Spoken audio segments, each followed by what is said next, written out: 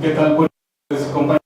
El día de hoy contaremos con la presencia de Gabriel Salazar, quien el doctor Enrique Dussel nos encomendó invitar el día de hoy en su lugar, debido a que sigue delicado de salud, pero bueno, ya hemos hablado con él y está mejorando positivamente. Muy entusiasmado por la visita de Gabriel y bueno, nos felicitan por eso, lo felicitan a Gabriel y estamos muy contentos de la compañía aquí hoy. ¿Qué pasa? Sí. Ay, ¿con este, no? ¿O con cuál? Con este, ¿no? Buenas tardes. Todos y todas, por supuesto. Pues acomódense, háganse más para atrás, más para adelante si se puede, para no estar tan alejados. Me voy a comenzar diciendo un poco que, bueno, nosotros nos dedicamos a veces a leer libros, y entonces a mí me decía Carlos un poco que hiciera un comentario a este libro. Me parece que el doctor Dussel piensa profundizar en esta obra, y entonces, bueno, yo hice un comentario introductorio, ¿no? Para que ¿Alguien ya leyó algo del libro? Un poquito, ¿como cuánto? ¿Un capítulo? Okay. ¿Alguien más sí escribió? Sí, allá atrás, si alguien más sí, veo que tienen el libro, ¿no? Por ahí. ¿Sí echaron un poquito? Digamos, o a la portada, ¿no? Sí, leíste más o menos como por la primera parte, eso. ¿Alguien más tiene el libro y lo ha leído? O una parte, digamos, la introductoria, aunque sea, ¿no? ¿Sí? ¿Algunos sí o no? Sí. ¿Sí o no? ¿Quién dice que sí? ¿Sí? Sí, más o menos. Ok, más o menos. ¿Alguien más, algún otro, ha leído una obra del doctor Dussel, aparte de esta? O por lo menos la ha ojeado, otra. Las tesis de ética y de política. Las 14 tesis de ética y las 20 de política. Ok. ¿Alguien más? Digo, para saber más o menos si están acostumbrados un poco con el lenguaje que utiliza Dussel, ¿no? Y saber cómo entendernos, ¿no? Para empezar. Bueno, un poco diciendo esto, voy a dividir la exposición, no sé cómo ustedes estén trabajando, pero voy a tratar de explicar, para empezar, una introducción de en qué lugar está situada esta obra. Yo me dedico a leer la obra de Dussel. Ahorita estoy haciendo un trabajo sobre su obra, y entonces más o menos he profundizado un poco, ¿no? No sé cuál es la intención de que ustedes estén aquí presentes, ¿no? No sé qué crean que van a poder encontrar en esta obra. Yo voy a hacer comentarios generales, y cada quien en su práctica política lo va a traducir, ¿no? No se trata de que yo diga más o menos cosas incoherentes y que después ustedes no entiendan, sino yo voy a explicar lo que yo sé, y a partir de eso ustedes lo retomarán para su práctica política, si les sirve o si no les sirve, ¿no? Entonces, va a ser un poco complicado con tantos micrófonos, pero nunca había estado con tantos micrófonos. Pero bueno, entonces, vi la clase pasada, me parece que estuvo Juan Manuel Contreras Colín, ¿verdad? Y más o menos explicó qué era la economía, conceptos básicos, la fundamentación, un poco de la cultura, el etos, ¿no? Estuve viendo un poco el video, cómo lo hizo él, y bueno, en base a eso ya tienen más elementos. Yo parto de la idea de que es complicada la obra. El doctor, aunque ojalá nos esté viendo, siempre dice él, está bien fácil, ¿no? en un cursito nos lo aventamos. Y claro, él lo escribió, pero no, a mí no se me hace tan fácil y llevo algunos años leyendo la obra, ¿no? Entonces, bueno, voy a leer un poquito y voy a ir explicando. Al final vamos a preguntas. Es más, si desde ahorita tienen alguna pregunta los que hayan leído algo, para que yo más o menos la vaya centrando o vaya viendo como por dónde va, es el momento, ¿no? Si alguien de lo que leyó dijo, no entendí aquí, no me parece, no comprendo esto, de una vez lo decimos y vamos pues respondiendo lo que se pueda, ¿no? Sí, una breve aclaración que muy generosamente también Gabriel nos compartió un texto, justo el texto eso. está en la página, lo pueden descargar, lo pueden leer en la pestaña de materiales.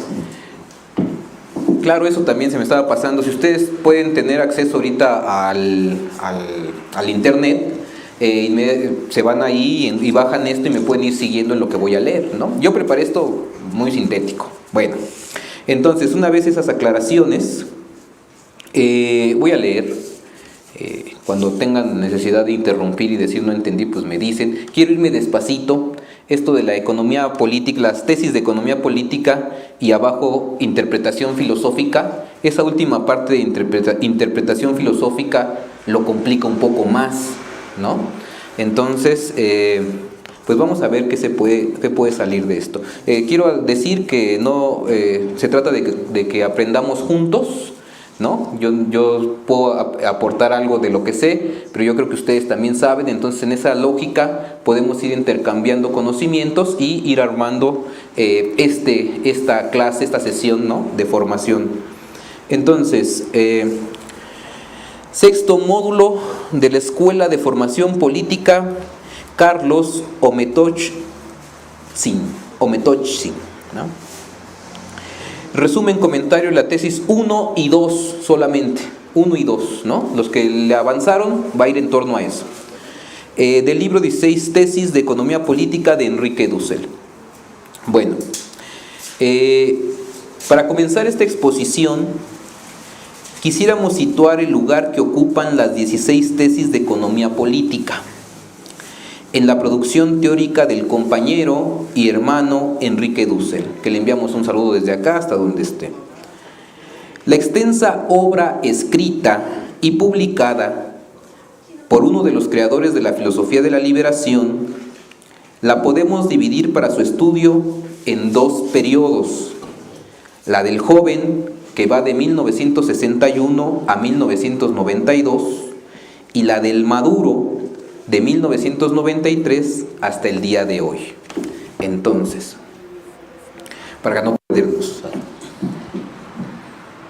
entonces tenemos Dussel, ¿no? Ahorita lo tomo el micrófono, el joven, y Dussel, el maduro. Entonces, 1961, 1992. Aquí 1993. Bueno, está la fecha, ¿no? Ahorita explico por qué. La producción teórica del joven Dussel la dividimos a su vez en tres fases: la humanista,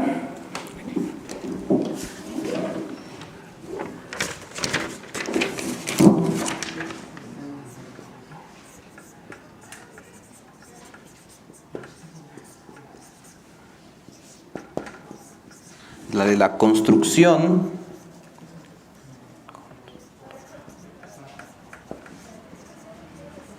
de la filosofía de la liberación, y la tercera, que es la de la marxista, le vamos a poner, ¿sí?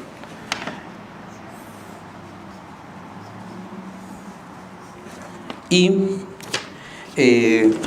estas comprenden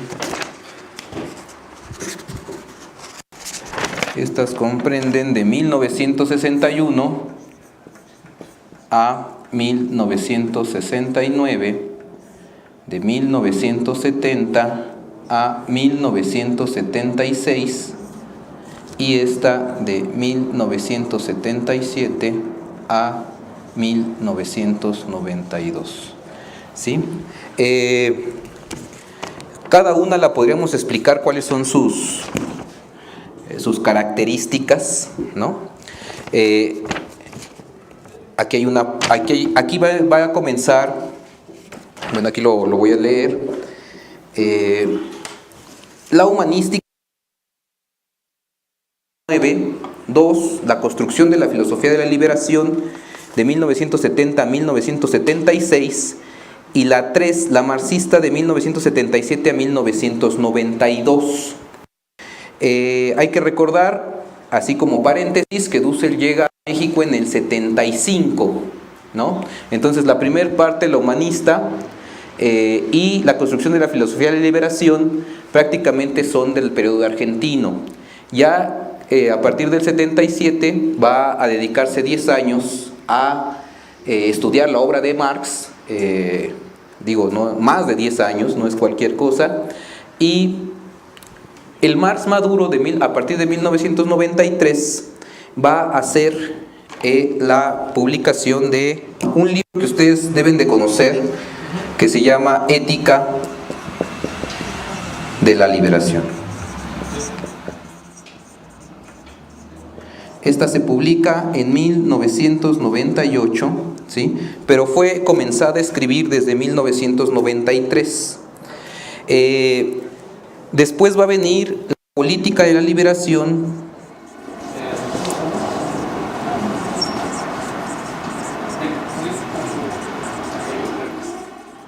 que se publica en el 2007. Esta se comienza a escribir en el 2005. El tomo 1, por supuesto, y el tomo 2 va a ser en el 2009. Estas 3 obras, si ustedes las han revisado, están en su página, métanse a la página, revisen. Estos son libros muy, ¿cómo decirlo? No son unos libritos, ¿no? Son librotes, porque están gordos, ¿no? Y es quizás la parte que en este momento el doctor tiene más trabajada, la parte de la política de la liberación. Son 2 tomos, como cada uno como de 600 páginas, quizás. Lo lean un fin de semana, ¿no? Se lo echen, y es toda una construcción interesante. Entonces, la publicación de la Ética de la Liberación en 1998 marca el inicio de la obra madura. De este periodo son los tomos 1 del 2007 y 2 del 2009 de la política de la liberación. En estas 3 obras hay muchos años de trabajo. Son textos donde se requirió un alto rendimiento filosófico y muchas neuronas. Es el fruto de toda una vida acompañando los movimientos de lucha y liberación. Después de trabajos de largo aliento como estos 3 mencionados, de la ética, la política 1 y la política 2, son textos de largo alcance, ¿no? Después de trabajos de aliento como los 3 mencionados, la praxis revolucionaria le exigió colocarse en un nivel práctico de mayor concreción y complejidad. Es por ello que, con el objetivo de formar nuevos cuadros, escribe para la juventud libros de menor extensión, situando las problemáticas en su núcleo esencial, y deja abierto el camino para ser desarrolladas dichas problemáticas en un futuro corto, mediano y a largo plazo. Son tesis programáticas que señalan líneas y trazos de los principios con los cuales, en el compromiso de la militancia, poder construir en un mundo donde quepan muchos mundos.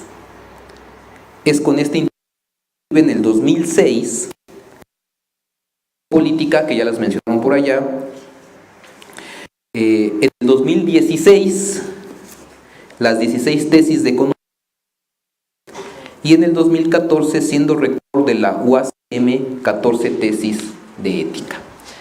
Entonces, Yo me agarro a dividir así por varias cosas. En esta primera etapa viene de estudiar Europa y se dedica a hacer 3 grandes obras humanistas: el humanismo helénico, el humanismo semita, que es un poco lo que explicó la clase pasada de los etos, este núcleo ético mítico de Paul Ricoeur. Cuando en los 70s le interpelan Orlando Falsborda en una sociología de la liberación que hablaba precisamente ya como de hacer una epistemología distinta desde los movimientos de liberación de la época. Estamos hablando de los 70s. Y de ahí surge, en estos diálogos precisamente, va a surgir la manera o la inquietud de generar una filosofía precisamente que también fuera de la liberación. Y había otros movimientos: la educación popular de Freire, la teología de la liberación, el boom latinoamericano, todos estos movimientos. Y además en la construcción política, en la praxis política, había una efervescencia fuerte, y ustedes lo deben de saber, ¿no? Y cuando llega a México en el 76, llega en el exilio, va a venir una etapa de una lectura minuciosa de Marx. Los textos los va a leer en alemán, y en el 87 va a llegar a los institutos de Ámsterdam a leer inéditos del propio Marx. Estas obras pasaron inadvertidas durante mucho tiempo, porque, vamos a ser honestos, en México casi nadie leía, digamos, este tipo de manuscritos, leían lo que nos llegaba, ¿sale? Entonces las lecturas, a veces ahí va a haber diálogos, hasta la fecha algunos todavía no los han leído muy bien, y bueno, va a venir un diálogo con un filósofo alemán, Karl Otto Appel, y desde el 89, cuando se cae el muro de Berlín, va a haber una reconstrucción y va a salir esta obra que va a tener los principios básicos para la ética. Y los principios de la ética van a estar subsumidos, como él mismo lo dice, en campos más concretos, por ejemplo, la política, la económica, ¿no?, la pedagógica y otros más concretos, los que sean. Esta ética, digamos, son los principios generales, la fundamentación para nuestras prácticas, dependiendo del campo en el que estemos. En este caso, se va a sumergir en el campo de la economía. ¿Sí? Es un campo más concreto. La ética y la filosofía van a estar en niveles, digamos, abstractos, brindando principios para que esos principios, digamos, sean subsumidos ahora en los campos concretos. Y entonces lo primero que él va a hacer o sistematizar va a ser una política de la liberación, ¿no? Estamos hablando de la etapa madura porque aquí ya no... En esta época construye para una ética de la liberación latinoamericana. Aquí ya no es para una ética, ya no se quiere llegar a una ética, aquí ya es una ética, ¿sí? Aquí también hay una política, pero aquí es otro tipo de política, es una política, digamos, madura. Ya Dussel, para esta época, ya, digamos, ha llevado una vida y ya, digamos, ya es grande, ya está conocido a nivel mundial. Bueno, un poco como introductorio, espero que eso ayude para entender la obra, ¿no? Para entender este libro, que lo que quiero decir es, hay que situarlo, ¿dónde está? Está después del 2009, se escribió en el 2014, 16, ¿no? En 2016, es el año pasado, me parece, se publicó. Bueno, 2016... como que me cuestiona. No, 2014. Sí, este es del 2014. Bueno, introducción. Después de 25 años del derrumbe del muro de Berlín, se publica el libro 16 tesis de economía política, donde Enrique Dussel vuelve a centrar su análisis en la filosofía de Carlos Marx. En este texto plantea aportes dentro del marco categorial de Marx que el propio Marx no alcanzó en vida a desarrollar. La publicación del libro se da cuando Enrique es un filósofo reconocido mundialmente, tiene 80 años de edad y un largo y experimentado recorrido en los caminos de la liberación. En esta etapa de su vida ya no tiene que demostrar nada. Se ha ganado por su trabajo filosófico una autoridad moral incuestionable. En las líneas del primer párrafo, ustedes lo pueden leer, si los que traigan el libro, en el primer párrafo, escribe de manera apodíctica, con esa actitud de profeta mesiánico que lo ha caracterizado. El lugar de enunciación sigue siendo América Latina. Él es un hombre del sur del sistema mundo. Cito: al avanzar en los últimos 30 años, nuestras investigaciones de filosofía económica, realizadas al filo de un comentario a las 4 redacciones de El Capital de Karl Marx, hemos ido madurando hipótesis que nos permiten ahora proponer algunos enunciados filosófico-económicos como contribuciones a los debates actuales, no solo teóricos sino igualmente prácticos, útiles en las revoluciones económicas y políticas, además de culturales, de género, raciales, epistemológicas, que se vienen dando en América Latina, en el sur geopolítico y en el sistema globalizado, planetario, al comienzo del siglo XXI. Esas revoluciones llevarán quizás todo el siglo para organizar un nuevo sistema equivalencial. Será una transición de larga duración que las crisis actuales están iniciando. Para Dussel, el momento en el que estamos viviendo es un momento de transición de un sistema a otro, pero que esto no se va a dar mañana, ni pasado mañana, ¿no? Sino que es un proceso que va a durar mucho tiempo, ¿sale? Ese es el primer párrafo del libro, así comienza, ¿no? Fin de la cita. En este escrito nuestro filósofo deja sentir toda la fuerza decolonial de la filosofía de la liberación, contra el eurocentrismo de la filosofía, eurocentrismo del cual es parte el marxismo más tradicional. Cuando nos referimos al marxismo más tradicional nos estamos refiriendo del más dogmático, del más ortodoxo, ¿sí? Entonces, y él va a decir que este tipo de marxismo, en sus fundamentos, ya está la modernidad, y eso es lo que no permitió tener otra visión distinta. Por ejemplo, los pueblos originarios, hablando del DF y de toda América Latina, no van a ser incluidos en este tipo de marxismo, por ejemplo, porque todavía es muy moderno en sus fundamentos, ¿no? Sin embargo, no está diciendo que todo el marxismo, que quede claro, ¿no? Tiene como telón de fondo el trabajo que he elaborado durante años sobre historia universal. Hago una cita al pie y un poco para la cuestión del seguimiento que hago. La idea de escribir la historia desde una perspectiva diferente a la hegemónica del mundo académico dominado por el eurocentrismo comienza como una intuición en 1959 cuando trabaja como carpintero en Nazaret.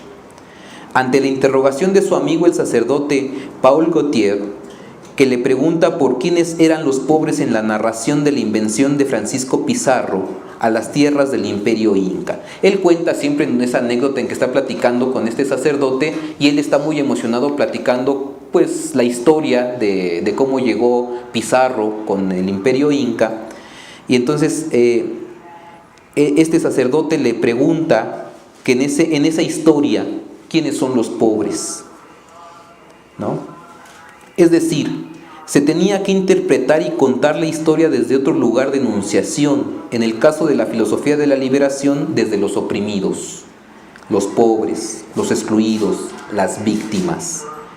No es hasta 1963, en su estancia en París, que mientras trabaja como bibliotecario rumea la idea con el texto América en la historia de Leopoldo Sea.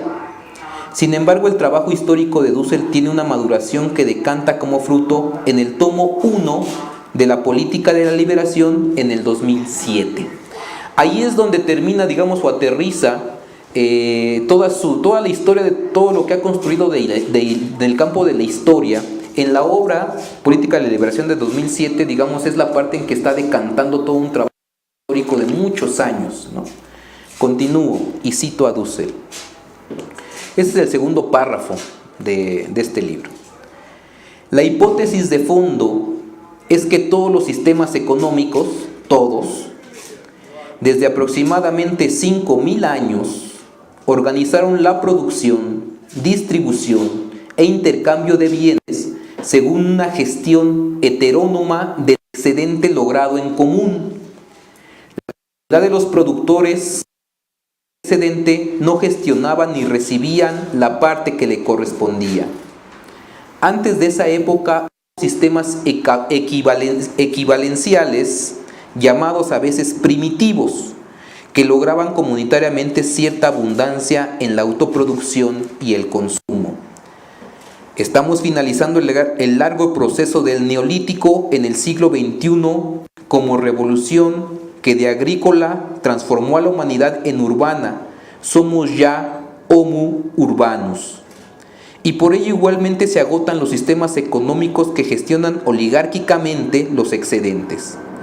En el horizonte se abre la posibilidad de un sistema económico equivalencial maduro, fruto de la superación de la modernidad y el capitalismo, e igualmente del socialismo real del siglo XX. Fin de la cita. Es el segundo párrafo de este libro, ¿no? Nada más llevamos dos.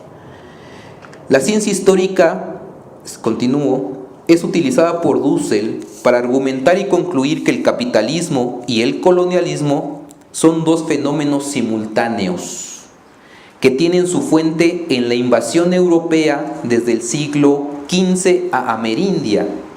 Este acontecimiento produjo la extracción y acumulación de plata y oro de las colonias amerindias oprimidas por la justificación criminal, filosófica, racional, occidental. Ustedes han de conocer esta tesis cuando todavía se discutía si los pobladores de América eran humanos o no, ¿no? Y se fundamentaba en Aristóteles diciendo que la esclavitud es por naturaleza, ¿sale? Este tipo de argumentación hace que, si bien no son humanos, entonces los cristianos pueden venir y evangelizar, pero están haciendo un bien, y ese, digamos, encubierto de esta argumentación es todo el saqueo material, concreto, económico de plata y oro, ¿no? Y que con esta extracción, este extractivismo, ¿no? Esta extracción, lo que hace es que esta plata y este oro va a ser el inicio del capitalismo. Así como inicia la modernidad en esta periodización histórica de Dussel, también a su vez simultáneamente en el mismo fenómeno va a comenzar el capitalismo, ¿sale? Esa acumulación originaria. Estas tesis pueden ser criticadas, por supuesto, y habría que discutirlas, ¿no? Hasta dónde son verdad, hasta dónde no. El punto de apoyo en la estrategia argumentativa se funda en la decolonialidad de las ciencias críticas.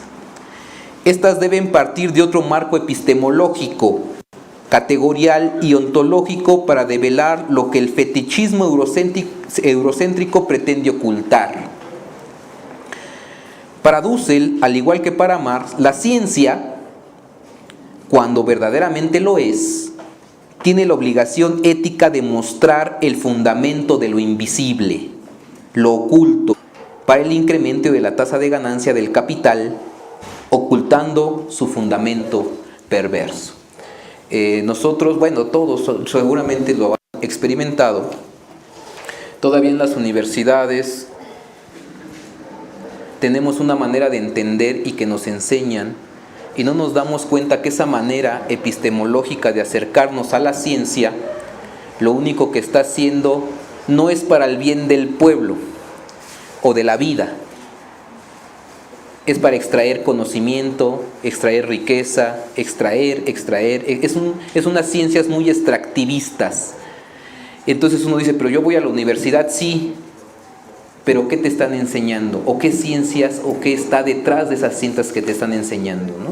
Entonces habría que hacer un giro epistemológico deconstructivo y partir a hacer nuevas ciencias. Y lo que está haciendo en esta obra es precisamente dar elementos para hacer una epistemología distinta, con fines distintos, es decir, ciencias sociales y ciencias en general distintas con otro fin, que ya no es el incremento de la tasa de ganancia. Pero ahí se cuestionan muchas cosas a nivel social actualmente. Bueno, vamos a seguir. Voy a hacer... Este es el punto 104, que es ya la tesis 1, que es el último párrafo en la página 15, que dice: pero además deberemos tener en cuenta que por lo general la economía y las ciencias sociales parten de un modelo de ciencia rígido por el paradigma tradicional de la física clásica, que consiste en un sistema cerrado. Acuérdense de las clases de física, lo más básico. ¿Cómo son las clases de física? Estas leyes de Newton, ¿no? No sé si se acuerdan esta de a toda acción, una reacción, por supuesto, ¿no? Así, muy de temporal, ¿no? Muy yo hago y sucede. Muy mecánica, una ciencia física muy mecánica, y los economistas de la época están basando sus teorías a partir de este tipo de ciencia, ¿no? Y entonces él va a decir: se piensa que la vida sobre la Tierra y la misma vida humana cuentan con recursos, esencialmente materia y energía, que se consideran como infinitos o sin límites. ¿Se acuerdan de esa ley que también dice la materia y la energía no se crea ni se destruye, solo se transforma? Básico, ¿no? Eso en la prepa lo encontramos, ¿no? Y uno lo cree, ¿no? Habría que ver si eso sucede verdaderamente, ¿sí? ¿Ustedes lo creen o no lo creen? ¿No? Yo un ejemplo rápido para dar a entender esto, cuando yo le prendo fuego a la hoja, ¿no? Esa hoja va a quedar deshecha, hecha cenizas, y la materia no se crea ni se destruye, ni la energía ni se crea ni se destruye, solo se transforma. Toda esa energía, ¿dónde va? A algún lugar, ¿no? Pero lo que quiero dejar claro es que no vamos a volver a tener la hoja así, se destruye. Y en este proceso de destrucción o transformación de la materia o de la energía hacia otro estado, lo que va a hacer es que hay una energía que ya no se recupera. Entonces, la materia, cuando dicen la materia y la energía no se crean ni se destruyen, solo se transforma, lo que pasa es que no se dice que no pasa la materia del 100% y permanece 100%. En ese traslado de un estado a otro se pierde una energía, y esa energía es irrecuperable. Entonces, no es materia eterna. Hay finitud. Se acaba, se agota. Mientras nosotros pensemos que la materia se crea y se destruye, no se crea ni se destruye, solo se transforma, mientras nosotros sigamos creyendo que esto es eterno, podemos desperdiciar todo el agua del mundo que quisiéramos, al fin y al cabo va a regresar. Es decir, hay una eternidad, hay una especie de infinitud en esa concepción. El problema es que eso no sucede así, hay finitud y el planeta se agota. Y los límites de la vida se agotan. ¿Por qué? Porque la ciencia física no nos ha permitido ver que sí hay finitud, que sí se está agotando. ¿Por qué? Y eso lo van a explicar los físicos de otra física, ya no la física tan mecánica de Newton, sino otros. Y estos otros son los que Dussel va a tomar para tratar de fundamentar la ciencia económica. Ahí desde el principio ya hay un giro epistemológico. Ya se quiere ver las cosas de otra manera, pero además fundamentándose en las ciencias. No crean que ahí están dando vuelta a lo mismo, es tratar de salir de lo mismo, ¿sale? Y sigue la cita: pasa que el modelo cerrado indicado ha sido cuestionado por la termodinámica, que desde un punto de vista astronómico, físico, biológico, etcétera, supone un modelo abierto que tiene un momento entrópico que no puede ya soslayarse. Si la materia y la energía del universo y de la Tierra en particular pueden considerarse en el tiempo cuantitativamente como permanentes, no habría cambio, lo que estábamos explicando. Sin embargo, en cuanto tales, y muy especialmente por el fenómeno de vida, hay una transformación cualitativa que de materia y energía disponibles o con valor de uso, mediando el metabolismo del fenómeno de la vida, que aumenta la entropía, pasa a ser materias y energía no disponibles, dispersas, inútiles. En la economía esto cambia completamente los supuestos epistemológicos de la misma. La termodinámica va a ser utilizada precisamente para tratar de explicar con otro modelo otro tipo de economía, ¿sí? De economía política. Fin de la cita. Ahorita vamos a tratar de explicar nuevamente esto por si no está quedando claro, ¿no? Yo los veo así como que algunos interesados, otros no sé. Esa es la parte 1. Luego viene la introducción histórico-sistemática. ¿Sale? La propuesta discursiva sitúa históricamente la exposición lógica de un marco de categorías fundamentales con el objetivo de comprender el fenómeno de la economía y sus posibles alternativas críticas. El autor, al igual que Marx, considera que lo económico es una relación del ser humano con la naturaleza o relación técnica productiva, poiesis. Voy a explicar esto.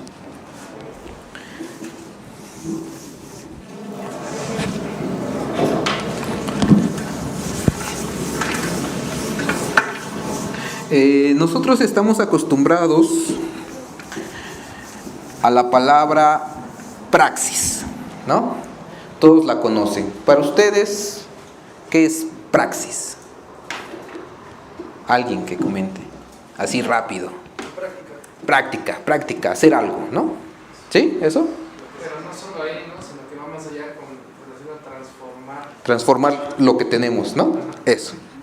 Aquí Dussel, y esto lo viene haciendo desde el 77, 76, en un libro que se llama La filosofía de la producción, va a distinguir entre poiesis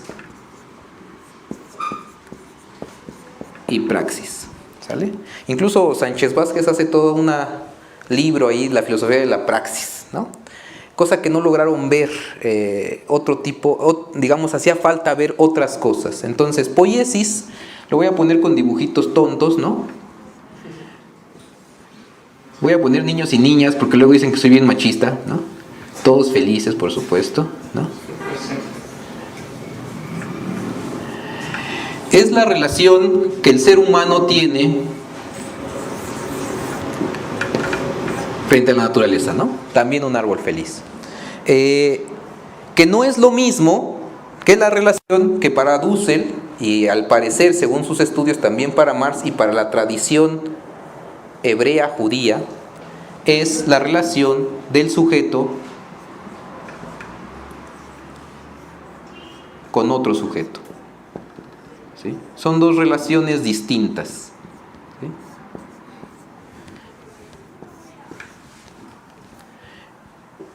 Esto es praxis, la acción ética con el otro. ¿Sale? Esto sería poiesis, la relación de un sujeto para la transformación de la materia de trabajo, si ustedes quieren. ¿Sale? Son dos relaciones distintas. Entonces, cuando uno dice, hay que irnos a la praxis, ¿no? Y ahí uno se pone a talar el árbol o lo que ustedes quieran. En realidad, la acción de la poiesis también va a tener que ver que si yo hago una silla de este árbol, es para un otro. O una otra, por supuesto, ¿no?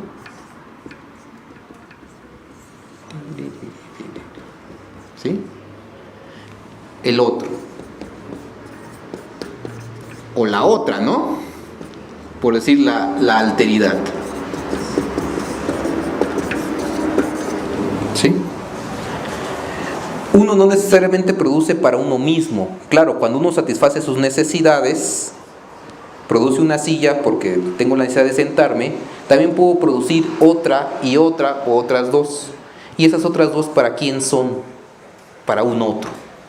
Entonces, la relación poética también tiene que ver con la relación de praxis. Pero aquí hay una intermediación que es más bien esta parte más de objeto exterior, si ustedes lo quieren ver así. ¿Sí? Un objeto, un algo, no es un alguien. Un alguien es un sujeto que guarda un misterio, que jamás lo voy a poder conocer en cuanto tal. Que cuando yo digo me llamo Gabriel y alguien me llama Gabriel, o como quieres llamarse, ese alguien jamás lo voy a conocer en su totalidad. Guarda algo siempre que jamás voy a poder alcanzar, ni poseer, ni transformar, si ustedes quieren, ni manipular. Esa es la distinción. La diferencia es que si nosotros utilizamos poiesis como praxis, metemos todo en un mismo molde. Y entonces aquí el ser humano también lo podemos manipular, ¿no? Sí, hay ejemplos brutales, ¿no? Cuando hace poco ejemplo tonto, ¿no? En el Estado de México una mujer, una alumna mía, un día llegaba y me decía, me voy temprano porque se puso peligroso la zona, ¿no? Ah, pues sí, está bien. Y después me contó la historia que había desaparecido una chica joven y que después la encontraron muerta con el cuerpo abierto y con billetes adentro y con una leyenda que decía gracias por donar tus órganos. Un objeto. Yo, si tengo esta visión, puedo objetivar a alguien y hacerlo jabón en un campo de concentración y en unos hornos.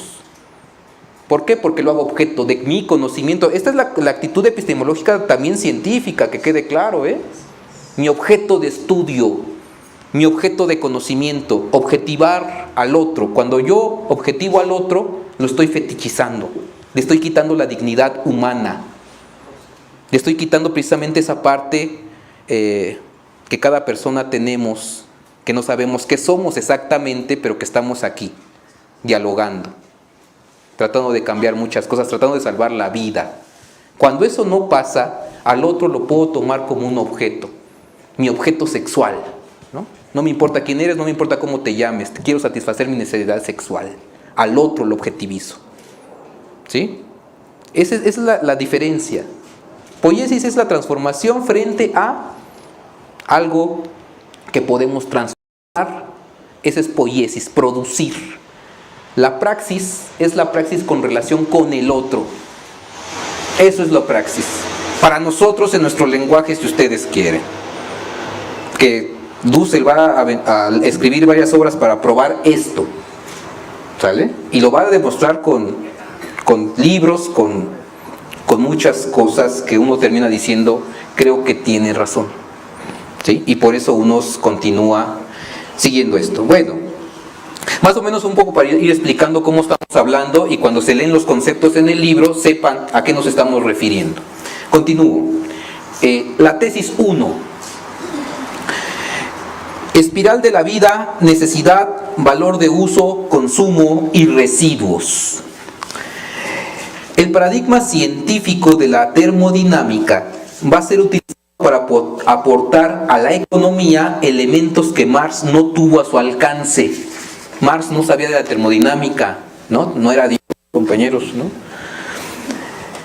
Como es la ley de entropía, la cual muestra el irreversible ambiente en una complejidad no lineal ni cerrada y que termina trastocando los supuestos epistemológicos de las ciencias sociales y en particular de la economía. Es por ello que no se parte de un sistema de análisis cerrado, regido por el modelo tradicional de la física clásica, sino del paradigma de la termodinámica que supone un momento entrópico donde la energía y la materia se transforman en residuos irrecuperables, mostrando con lo anterior que no hay un movimiento eterno y puro de materia y energía, puesto que los residuos generales en la entropía llegaron a un límite en el que la vida humana se pone en peligro de extinción. Entonces, el modelo es una espiral abierta a múltiples posibilidades de novedad. Muy rápido. A toda acción una reacción, ¿no? A toda acción un montón de reacciones, múltiples, desbordadas. ¿Sí? Si yo, por decir, corto el árbol, ante esa acción no solamente voy a tirar el árbol, sino que los pajaritos, el ecosistema, otras personas van a quedar impactadas. Entonces hay múltiples reacciones. ¿Sí? A toda acción no hay una sola reacción, hay infinidad de que no podemos controlar. Esa es parte de lo que quieren plantearse aquí. ¿Sí? Nos damos cuenta que si ustedes quieren, ante toda acción política, aunque la tengamos calculada a medio fin, se nos salen las manos, siempre. No podemos controlar todas las variables, jamás. Tendríamos que ser dioses y no lo somos.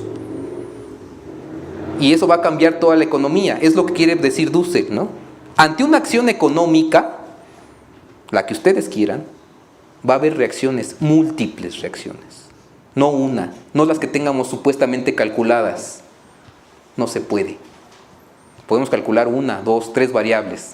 Y esas van a generar todavía otras reacciones. Es decir, el problema es más complejo. Quiere meterse a decir, es más complejo de lo que nosotros creemos que es.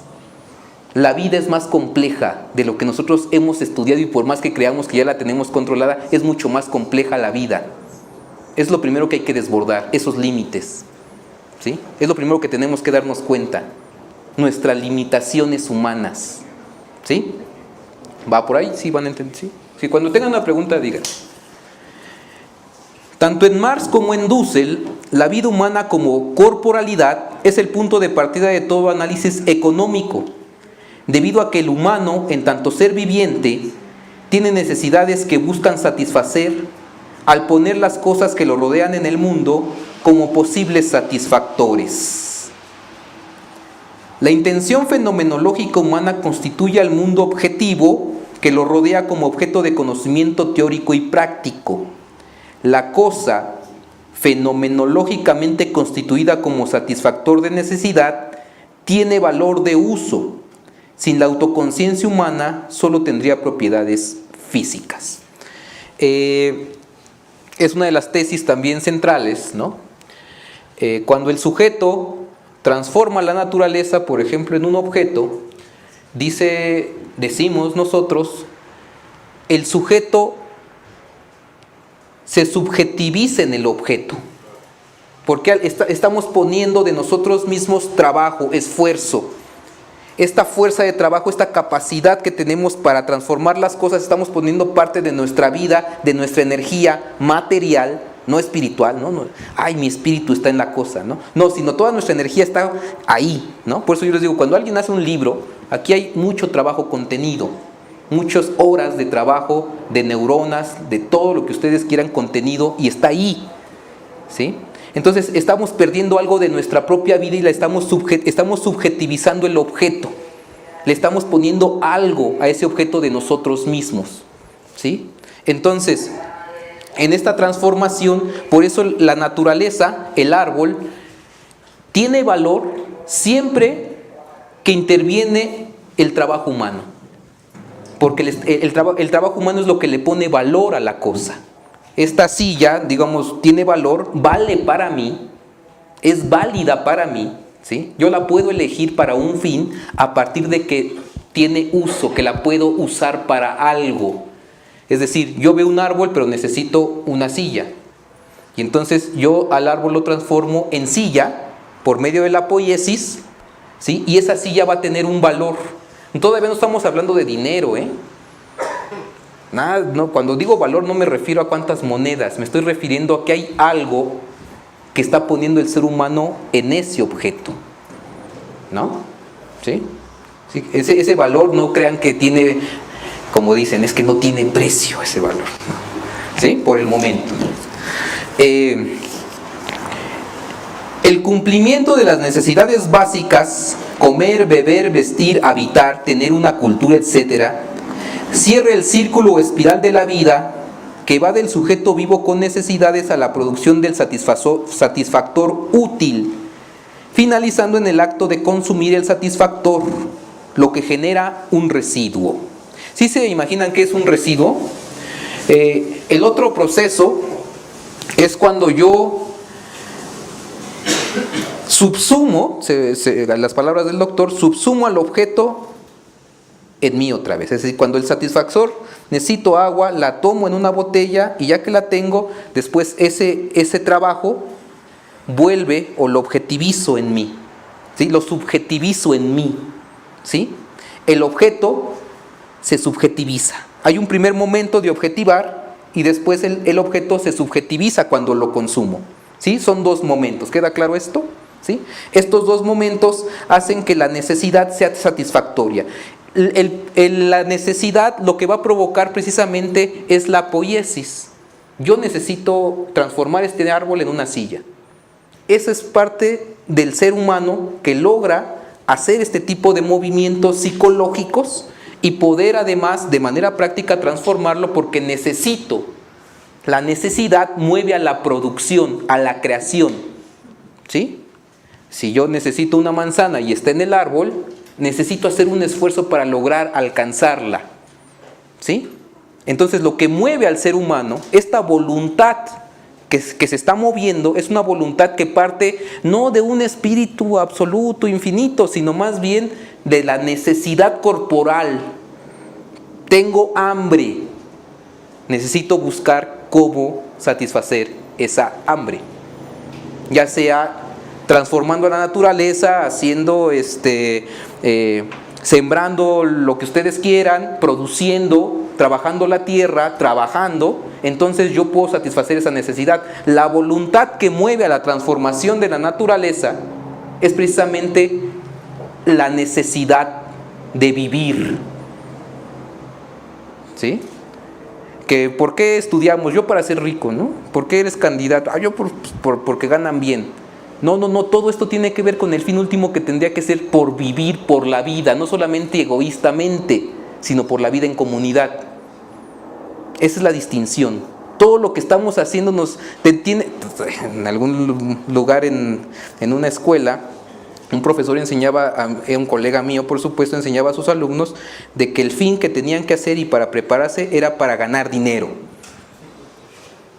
Tú vienes aquí y todas tus acciones tienen que ser para ganar dinero. Entonces el fin último se convierte en que todo lo que hago es para ganar dinero, cuando en el fondo todo lo que estamos haciendo es por la vida, por vivir, aunque ustedes no lo quieran creer. En un estado de catástrofe, compañeros, así como el temblor de hace rato y hace unos días, ¿no? Llega un momento en el cual el dinero no sirve para salvar tu vida, ¿no? O sea, no sirve. Llega un punto en el cual de tal crisis para salvar la vida que aunque tengas dinero no te sirve. El dinero lo utilizamos como mediación para vivir, es decir, para comprar necesidades satisfactorias, ¿sale? Pero no es el fin último el dinero o la ganancia de este tipo. El fin último es satisfacer la necesidad de la vida, ¿sale? Esa es más o menos la tesis. La estoy resumiendo mucho. Hay un cuadrito interesante. No lo voy a dibujar porque soy malo, pero en la página 17 hay un cuadro, de acá abajo, y más tarde va a venir el esquema 102, la espiral de la vida, ¿no? Que es muy sencillo, es muy básico, pero es donde todos estamos funcionando, humanamente hablando, ¿no? Aquel que no es humano, pues no tiene necesidades, ¿verdad? Es Dios, no tiene necesidad de comer, de trabajar, ¿no? Jodidos nosotros, ¿no? Que no lo somos. Tesis 2. Ya espero que esta primera tesis se haya quedado más o menos clara. Tiene que ver con la necesidad de vivir. Tesis 2, la espiral productiva, trabajo vivo y valor. ¿Sale? La relación productiva es la relación del ser humano con la naturaleza, ¿no? Esta que habíamos dicho. Es todo el proceso productivo que va del sujeto con necesidades que lo posibilitan a crear algo nuevo que no existe en cuanto tal, sino como representación en el productor. La silla no existe hasta que me la imagino y después transformo la naturaleza y la convierto en una silla. ¿Sale? transformando con trabajo a la naturaleza para obtener el satisfactor, que siempre será un objeto cultural, siempre. En dicha transformación utiliza medios de producción, técnicas, instrumentos, herramientas. El consumo del satisfactor cierra la espiral.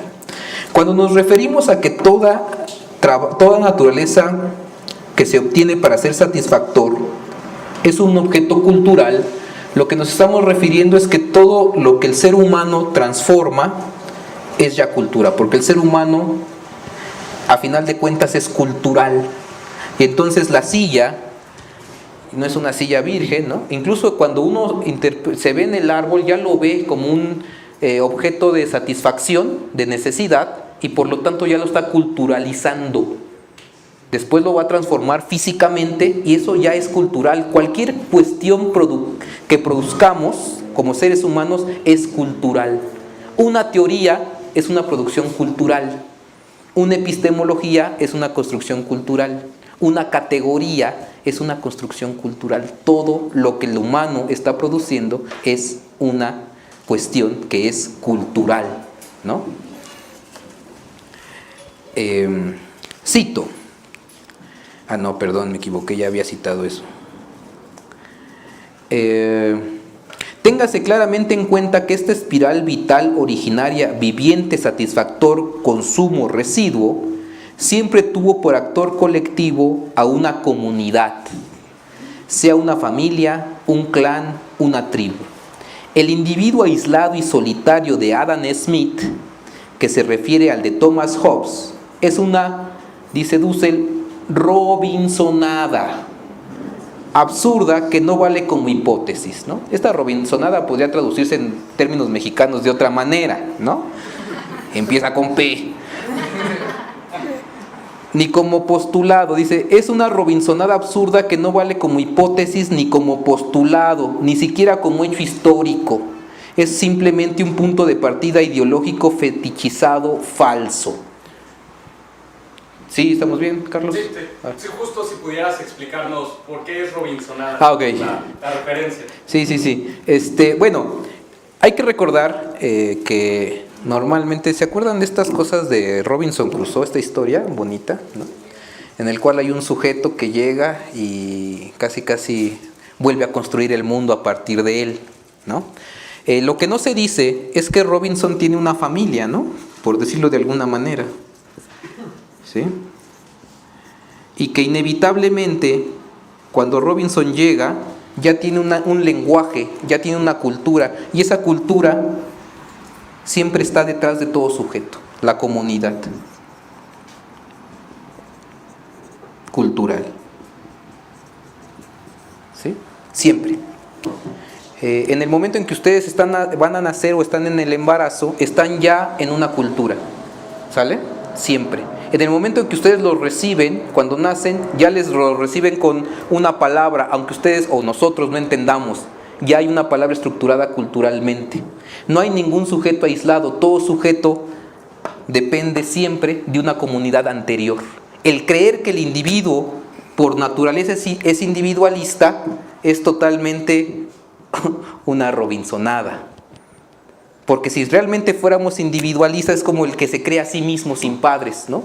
Yo soy individuo y me creé a mí mismo sin padres, ¿sí? No tengo comunidad, soy individual. Eso es absurdo, jamás. Eso no se puede dar de manera real, fáctica. Teóricamente sí, si ustedes quieren, pero de manera real eso es imposible. Para que nosotros naciéramos se necesitó mínimo otra vez del otro, de la alteridad, del amor, si ustedes quieren ponerlo así. Esta relación con el otro, que el otro ya es un otro que no soy yo. Y ese otro, con ese otro, ya generó una comunidad, siempre. Y entonces eso hace que haya una procreación del sujeto. Y este sujeto, por lo tanto, siempre va a tener un padre y siempre va a tener una madre. Y esa madre y ese padre siempre van a tener detrás una cultura, siempre. Bueno, y eso también tiene que ver un poco en relación a la propia teoría económica clásica de Smith, en donde defiende la idea de que el individuo, por sí solo, al generar relaciones con otros, está satisfaciendo solo su necesidad y no la del resto, cuando en realidad precisamente la comunidad y esta mediación entre individuos es lo que dicta toda la economía que en su momento trataba de explicar, pero de manera ruda, ¿no? Diciendo, a través de mi necesidad, yo satisfago la de otros más. Claro. De manera como, digamos, en consecuencia de, ¿no? Pero en realidad siempre fue parte de esa relación entre... Siempre. Entonces, esa es la Robinsonada de Adam Smith, ¿no? Este gran teórico que todavía se sigue leyendo en las academias, así, y hay gente que lo defiende y sabe esto del individuo, y esto dice de Hobbes. Con Hobbes decía él, el humano, ¿cómo es? El hombre es lobo del hombre, ¿no? Es decir, es egoísta por naturaleza. Y cuando si hubiera egoísmo por naturaleza, esta relación con el otro jamás existiría, ¿eh? Soy tan egoísta que yo no voy a compartir mi cuerpo contigo, sexualmente hablando. ¿Sale? Y entonces eso llevaría a la extinción de la especie. Entonces, otra Robinsonada más. Y que leemos a Hobbes, en todos lados, siempre, así de, sí, cierto, yo soy egoísta por naturaleza porque leo a Hobbes, ¿no? Y eso es yo soy egoísta porque Hobbes dice que esto es natural. Totalmente falso, pero lo creemos como natural. O sea, cuando se llega al extremo de que eso es por naturaleza, o sea, ya no hay argumento que valga, porque así soy, ¿no? Por allá decía el compañero. Creo que también es importante decir que en esta visión, cuando Robinson se encuentra, por ejemplo, con el otro que ya vivía ahí, con Viernes, él lo construye a partir de su visión. Así. Y sigue una visión de superior. Claro. Entonces creo que ahí también es fundamental hacer en cuenta que no lo está viendo como un igual, Efectivamente. lo está viendo como un inferior, y a partir de mi visión yo impongo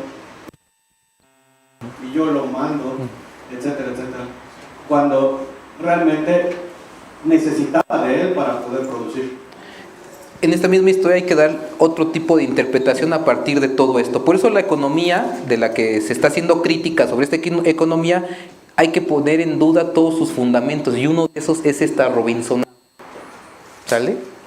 Si hacemos real eso, se darán cuenta que no existe en realidad. Si somos verdaderamente conscientes y reales de que ese paradigma en el que estamos sumergidos y que mucha gente seguimos repitiendo, es una cosa que no tiene una razón, no hay un razonamiento real ahí, es fetichismo, ¿sí? Es un argumento inventado para justificar la dominación y un tipo de economía, ¿sí? Que es en la que estamos, la competencia por todos los medios, ¿no? No importa si tengo que eliminar a mi enemigo para ganar. Y no solamente ganar una competencia, ganar económicamente dinero. ¿No? Bueno, el sujeto de trabajo indeterminado, sin ser todavía subsumido en algún sistema productivo concreto, que Marx llama trabajo vivo. Para explicar un poco trabajo vivo,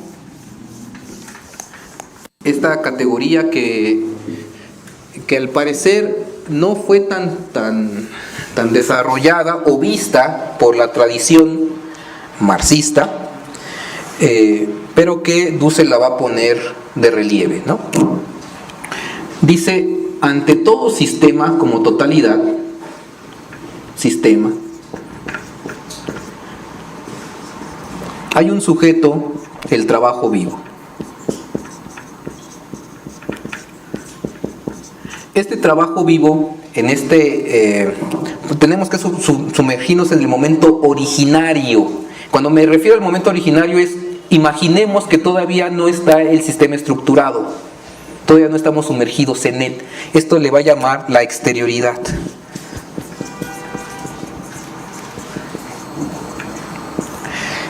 Siempre se pone el ejemplo, hay un sujeto que viene del campo, llega a la ciudad, no tiene trabajo y lo que hace es pedir trabajo en la fábrica, y entonces ante ese sistema el sujeto es subsumido en el sistema, ¿sí?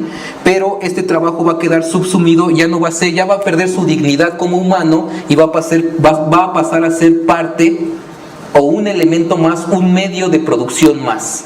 Se va a hacer un objeto para la riqueza de otros o para la producción.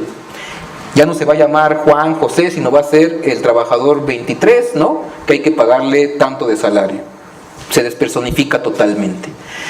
en el sistema capitalista, pero esto sucede en todo sistema. Es por eso cuando digo el momento originario, y por eso Dussel dice el trabajo vivo concreto es lo que Marx llama el trabajo vivo subsumido en algún sistema productivo concreto. Puede ser el que ustedes quieran, ¿no?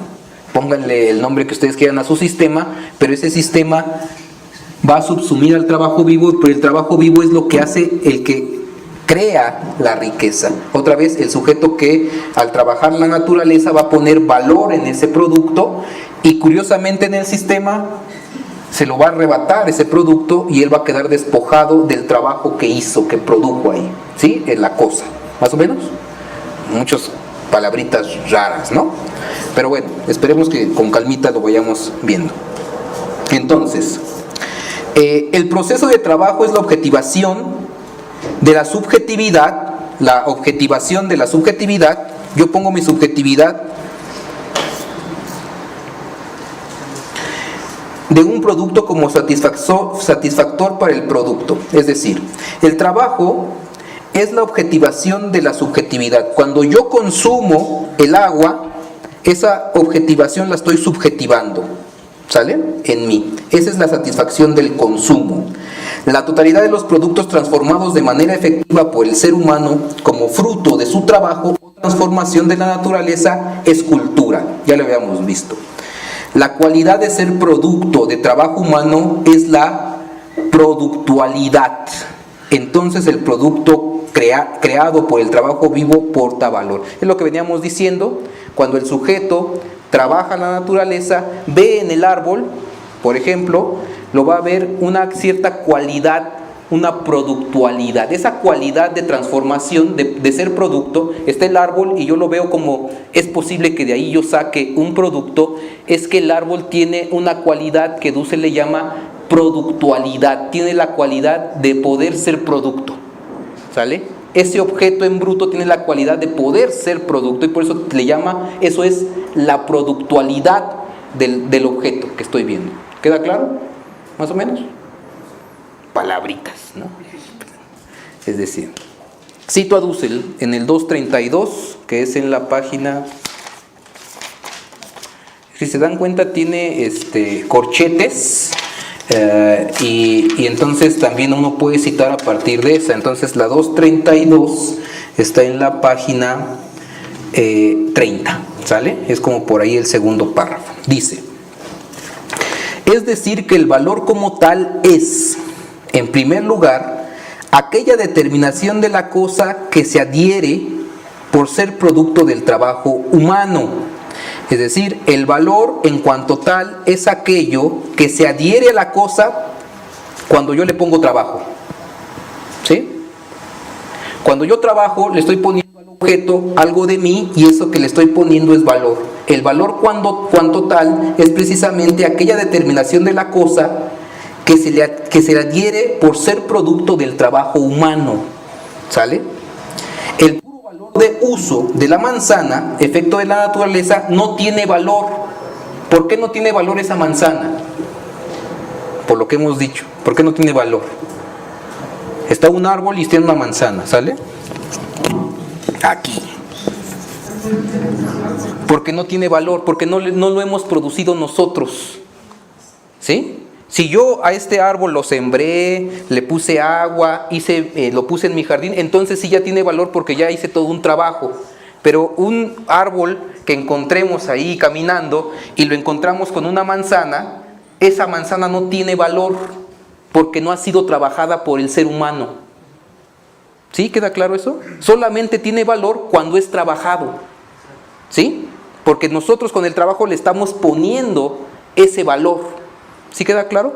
¿Sí? Eso es lo que hay que quedar claro, porque después se empieza uno a confundir un montón, ¿no? Bueno, yo sí me confundo. El puro valor de uso de la manzana, en efecto de la manzana, no tiene valor en el sentido de que ahora le estamos dando, el valor que ahora le estamos dando. La misma cosa, la manzana, si es fruto del trabajo humano, tendrá valor de uso y además valor. Y en este sentido se incorpora en el campo económico en cuanto tal, que trataremos en la tesis 3. En cuanto a valor de uso, es la materia de consumo, finalidad primera y directamente material referida a la vida y por ello al cumplimiento de necesidades.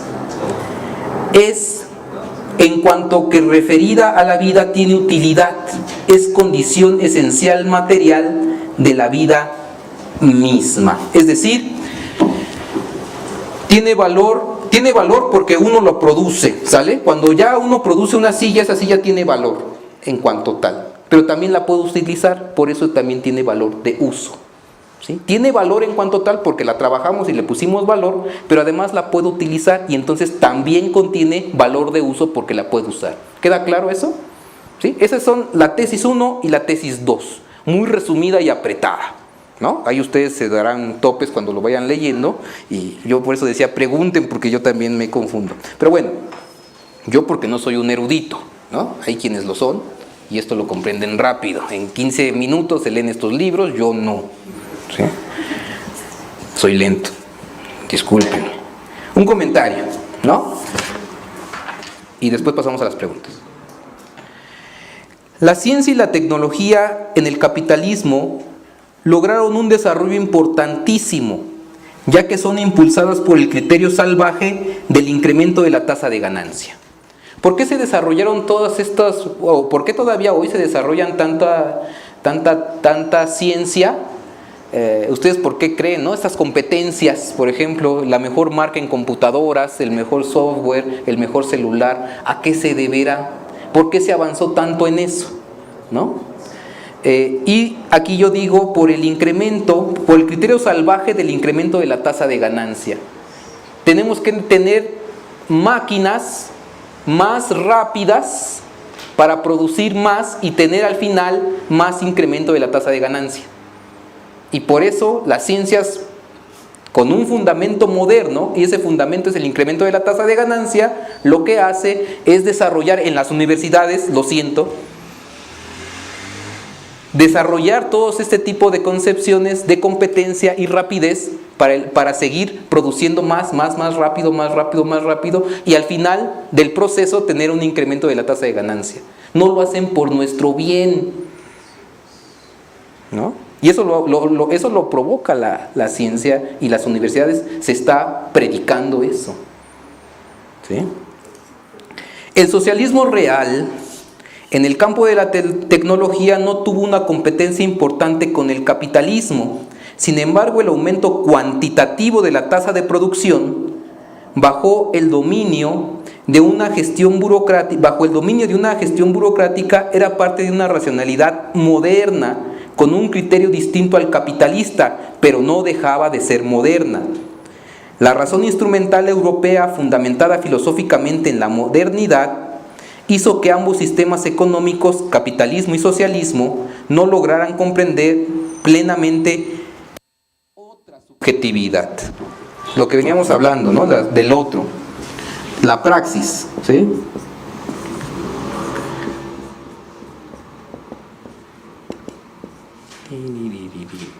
¿Sí?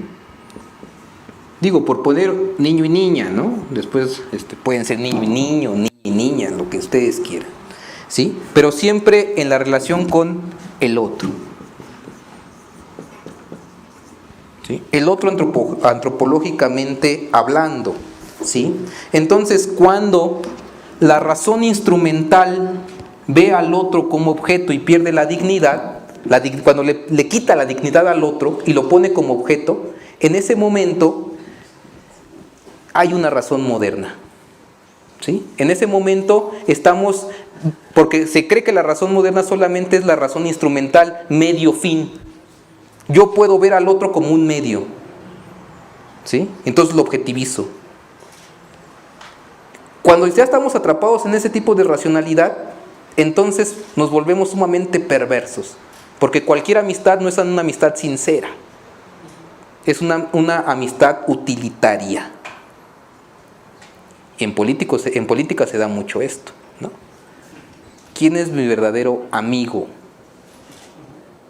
¿O quién es aquel que digo que es mi amigo solamente para llegar a cierto fin, que lo estoy utilizando para llegar a cierto fin que yo quiero? Son dos cosas distintas, ¿vale?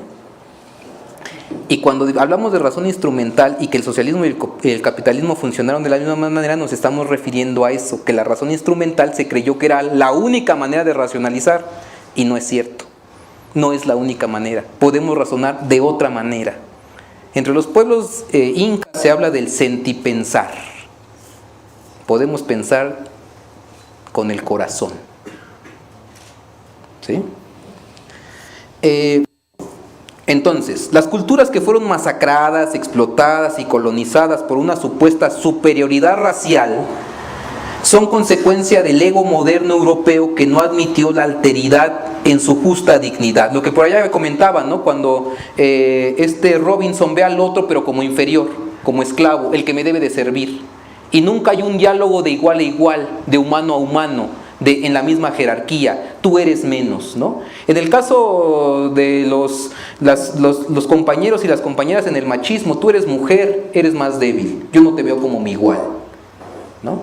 Podemos tener nuestras diferencias, sin duda, biológicas, lo que ustedes quieran, pero yo no te veo como igual, ¿no? Te veo diferente, y es parte del machismo. El machismo es precisamente ver a los otros, a la mujer como inferior, ¿no? O al revés, ¿no? No lo sé, pues. Entonces, las culturas que fueron masacradas, explotadas y colonizadas por una supuesta superioridad racial son consecuencia del ego moderno europeo que no admitió la alteridad en su justa dignidad. Es por ello que bajo el ego de la modernidad se puso en práctica la superioridad de lo humano sobre los objetos exteriores a él. Ejemplo de ello es la dignidad del trabajo vivo, misma que es encubierta por el capitalismo. La vida del trabajador en el capitalismo queda cosificada como mercancía. De la misma manera, el planeta Tierra y todo lo que habita en él son mercancías que generan ganancia. En esta forma de razonar, el ser humano es superior a todo objeto de la realidad exterior a su subjetividad. Entonces, el objeto exterior es inferior, manipulable. Si se oculta la dignidad del trabajo vivo, entonces se le puede tratar como mercancía. En una dirección análoga, lo mismo ocurre con los recursos de la tierra, pues esta también es un objeto a dominar y controlar por la supuesta superioridad de la especie humana. ¿Sí? ¿Todo bien? Es que creí que no me veía. Sí te veo, la luz sí me está dejando ciego, pero sí te veo. Pero bueno, nada más era eso, pues, si podía hacer una pregunta. Pero... Sí, claro. ¿Ya? Sí. Gracias. Bueno, la pregunta es la siguiente. Eso que decías tú de la objetivización a través de la valorización a través de la objetivización por parte del sujeto de la materia, ¿no? Pensaba si no sería de origen, en esto que tratamos de la epistemología de Occidente, el problema que la razón misma es objetivizada por el mismo pensamiento occidental, ¿no? O sea, te quería preguntar si no será que en realidad también se le ve como inferior al humano, ¿no? O sea, el humano es tan superior que puede dominar su propia razón y entonces ahí pierde esto que decías de la capacidad de ver al otro, porque pues la razón es el primer otro de uno mismo, ¿no? O sea, no puedo ver que soy un mecanismo yo mismo, sino que el trabajo, pues el pensamiento también como trabajo que se le ha aplicado al mismo pensamiento, lo convierte en mercancía, ¿no? Porque es el asunto que el pensamiento mismo también es una mercancía, ¿no? Epistemológicamente eso es lo que pasa con lo que queremos señalar, es decir, la supuesta razón se pretende única, pero esta supuesta razón única es razón instrumental, que no es la única que opera en el ser humano. Sí opera la razón instrumental, que quede claro, ¿eh? O sea, yo cuando veo un árbol y quiero hacer una silla, estoy utilizando mi razón instrumental, pero no es la única del ser humano. Entonces, cuando esta razón se cree que es la única razón, o la razón, ahí ya se está, digamos, objetivizando esa razón, ya se está haciendo objeto de, ¿no? Y se está fetichizando creyendo que esa es la única razón. Entonces, lo que hay que entender es que esa razón instrumental es parte del humano, pero no se agota ahí el humano, es decir, se reduce a ser un objeto. Igual pasa con la cuestión de la idea de la razón que se convierte como Dios, es decir, la razón la convierten en Dios. a tal punto que es la única que puede decir lo que está bien o lo que está mal, ¿no? ¿Sí? Más o menos por ahí va, es lo que yo te podría decir, ¿no? La cuestión de ojo, pero no decir, no hay que entender que la razón es solamente la razón instrumental, o sea, compararla, ¿no? Es decir, la razón instrumental es igual a la razón humana, eso no es cierto, es una parte de, pero no se agota ahí, ¿sí? Por acá querían decir. Yo en este sentido creo que lo que lo define muy bien es la parte de fetichización, ¿no? Así es. Porque para objetivizar algo, forzosamente lo tienes que pasar por el filtro de un ser sujeto a lo que tú decías, o sea, pertenecemos a una cultura. Pareciera ser que de pronto cuando nos dicen tienes que objetivar algo, es como abstraerte, vuélvete extraterrestre y desde ahí analiza las cosas. Y pues esto es imposible. Es imposible. Entonces, como somos seres sujetos a un proceso cultural, forzosamente pasa por este filtro y justamente es imposible que esta razón sea objetivizada como tal. Pero si la fetichizamos, entonces... Claro. Ese es el problema de este tipo de pensamiento, que fetichizamos a la razón y hacemos al otro inferior. Lo que sea, sea humano o... Ahí, por ejemplo, yo me meto a defender a los animalitos, ¿verdad? Y a las plantas. O sea, aún ahí nosotros vemos a esos otros seres que habitan con nosotros el planeta Tierra como inferiores. Y como son inferiores, los podemos aniquilar. Pero eso en este grado de estos seres, en los árboles, lo que ustedes quieran. Pero en el grado de cuando ya objetivizas al otro, eso me parece más criminal aún. ¿Sí? Digo, todo es criminal. Cuando el ser humano se cree que es el que puede y está por encima de todo, puede destruir el planeta Tierra como lo estamos viendo. Porque tiene esa razón, cree que es natural, cree que es así la vida y puede sujetar y dominar, controlar al otro, no solamente al otro como naturaleza, es decir, al otro como árbol, como planta, como animal, sino al otro como ser humano, y lo hace objeto. Es cuando la razón ya está fetichizada, cuando uno se siente Dios y cree que lo puede y que está por encima de todos y de todo. Y eso es lo que nos está llevando este tipo de racionalidad a la destrucción de la especie y del planeta. Por eso es tan importante, digamos, ir destruyendo los argumentos filosóficos que creen o que nos hacen creer que eso es natural. Eso no es natural y nos está llevando al colapso de la vida, ¿no? La vida humana, para empezar, que es autoconsciente. ¿Sí? ¿Sí? Ahorita seguimos. Ya casi acabo. Ahorita entramos al debate, ¿no? El texto de nuestro maestro toma la racionalización mítica de los pueblos originarios de Amerindia sobre el tema de la tierra, narrada y caracterizada como madre ontológica llamada Pachamama. Subjetividad femenina que se comunica con lo humano. Logra decolonialmente ir más allá del ser ontológico y epistemológico construidos para la opresión. En su análisis desde la exterioridad, el trabajo vivo es la fuente creadora de valor. Por lo tanto, no tiene valor, sino dignidad. En una reflexión similar, la tierra, como subjetividad materna, no tiene valor, sino dignidad. La lógica de este tipo de razón otra determina el actuar humano. Éticamente nos conduce a modificar nuestra praxis al tratarla en relación intersubjetiva, ya que no es un objeto manipulable, sino madre de la cual nacemos y nos alimentamos, es decir, dadora de vida. Aquí hay hay todo un debate, ¿no? Por ejemplo, si verdaderamente vemos a la naturaleza como madre, y eso lo dicen los indígenas en la montaña, en el sur, ¿no? No voy a decir nombres para que después no digan.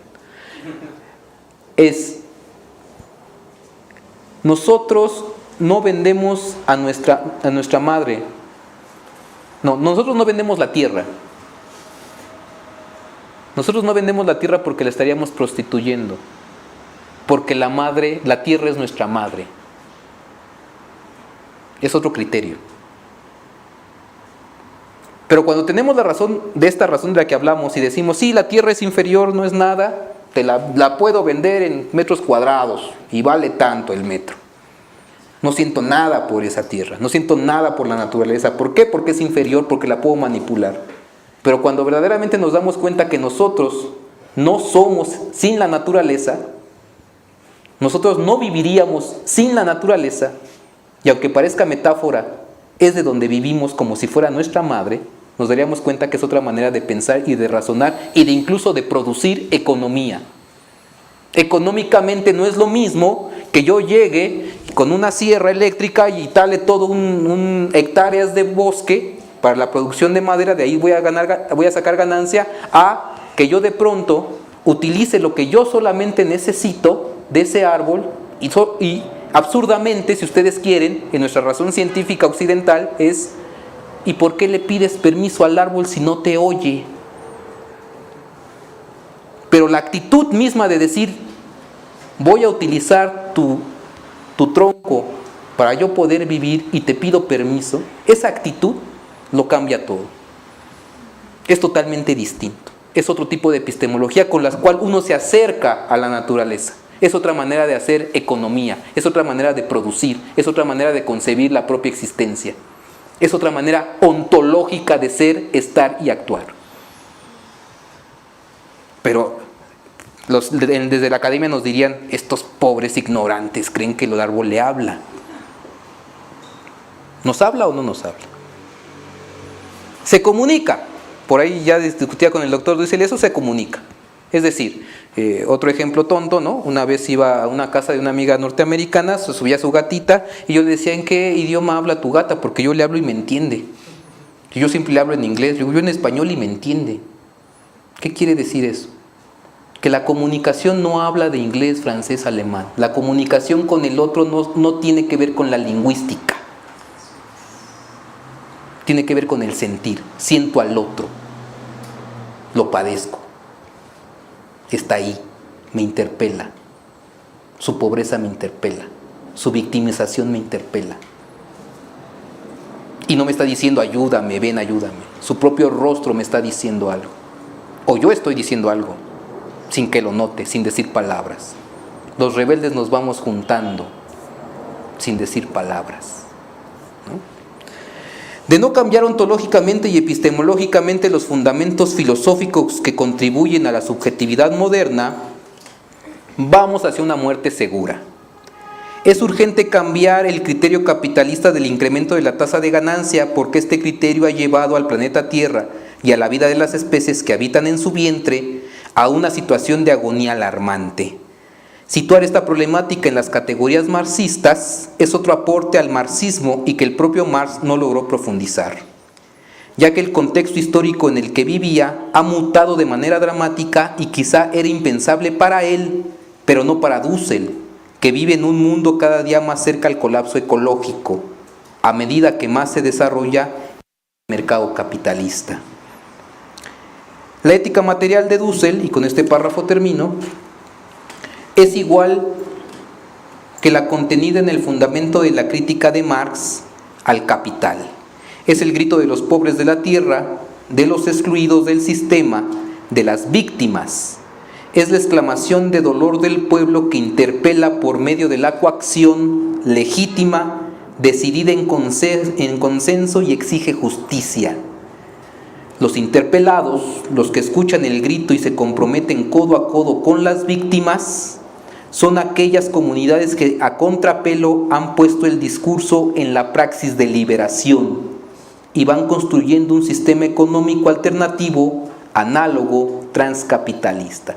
Cuando digo que se pone en el discurso en la praxis de liberación, no me estoy refiriendo a que alguien se avienta un texto ahí 500 páginas, ¿no?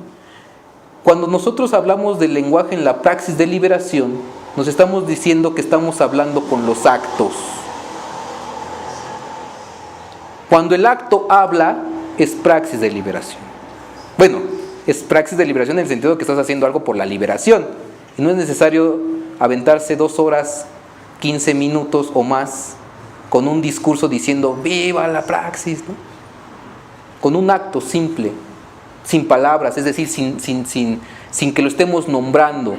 Un hola, sin decir hola y solamente alzando la mano, es ya estar hablando con el cuerpo. Entonces, poner el lenguaje en la praxis de liberación no implica desgastarlo en discursos, implica hacer la liberación en la praxis real, con el otro, codo a codo. ¿Sí? La construcción en el 2003 de los caracoles zapatistas bajo la iniciativa del EZLN es un ejemplo que tendríamos que analizar en un futuro no muy lejano. Pero no solo esta experiencia, sino la de las muchas experiencias impulsadas en todo el mundo y de las cuales aún no sabemos las que resistirán, subsistirán y sobrevivirán después del derrumbe del sistema mundo dominado por el capitalismo o el socialismo real y su modelo de civilización moderna. O es vida o es muerte. Gracias, compañeros, que vengan las preguntas.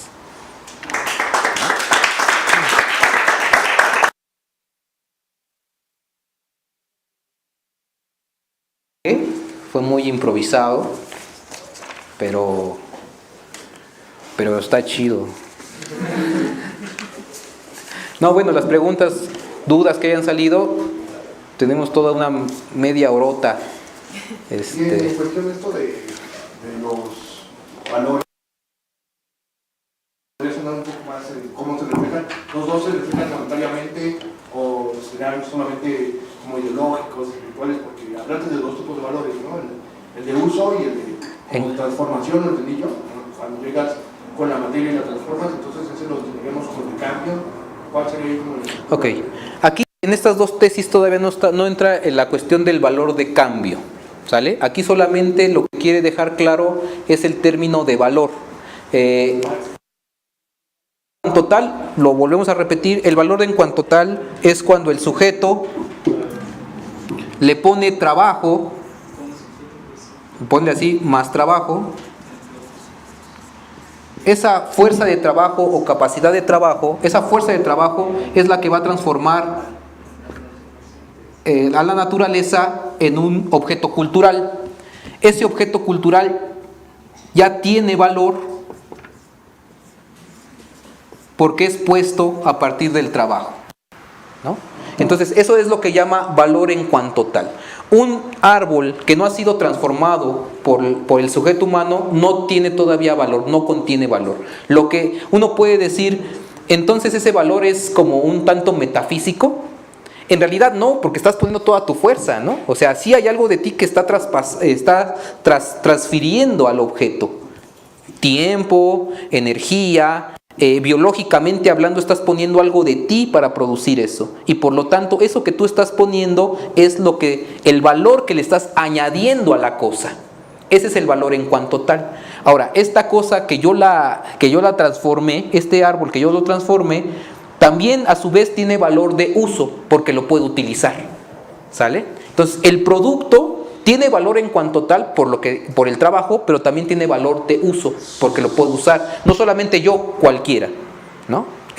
Por ahí es la idea, que en estas dos tesis solamente está en ese punto. Después va a venir ya el intercambio de productos en una sociedad, que ahí sí va a intervenir el valor de cambio, pero ahí todavía no llega, ¿no? Solamente está en la parte de la necesidad, la producción y el consumo, ¿sale? No sé si quedó claro, ¿sí? Gracias. Acá, mira. Uno de los conceptos que tocas es trabajo vivo. Trabajo vivo. Mi pregunta es, ¿hay trabajo no vivo? Hay trabajo no vivo. Nunca me había preguntado eso. ¿Alguien puede responder? Ahí sí. El doctor comenta, ¿no? Justo en las tesis que cuando el trabajo vivo se objetiva en la mercancía, es trabajo muerto. Trabajo muerto. Precisamente. Justo, sí. Sí, pero ahí, digamos, ya no es el sujeto, sino más bien es ya en el objeto, ¿no? Otra vez esto, ¿no? Aquí ya hay trabajo muerto, porque el trabajo vivo solamente está en la subjetividad viva. Este sujeto, cualquiera de ustedes, ese sujeto es un sujeto vivo. Cuando yo ya produzco la botella y tengo agua aquí, ahí ya puse todo mi esfuerzo y eso es trabajo muerto. El producto mismo ya es trabajo muerto, ya no está vivo. Lo único que está vivo es lo que crea. Crea de la nada. El sujeto, la subjetividad humana es lo único que puede crear de la nada y ponerle al trabajo valor. Bueno, en su trabajo pone valor al objeto. Ese objeto como mercancía ya contiene valor, pero también trabajo muerto, porque yo ya di de mí y ahí está contenido. Eso sería trabajo muerto. Ahora que si hay un trabajo no vivo, sería ese, ¿no? El que decía bien Carlos, ¿no? Pero digamos no lo pone como trabajo no vivo, sino como trabajo muerto, que es además un concepto de Marx, ¿no? Más bien.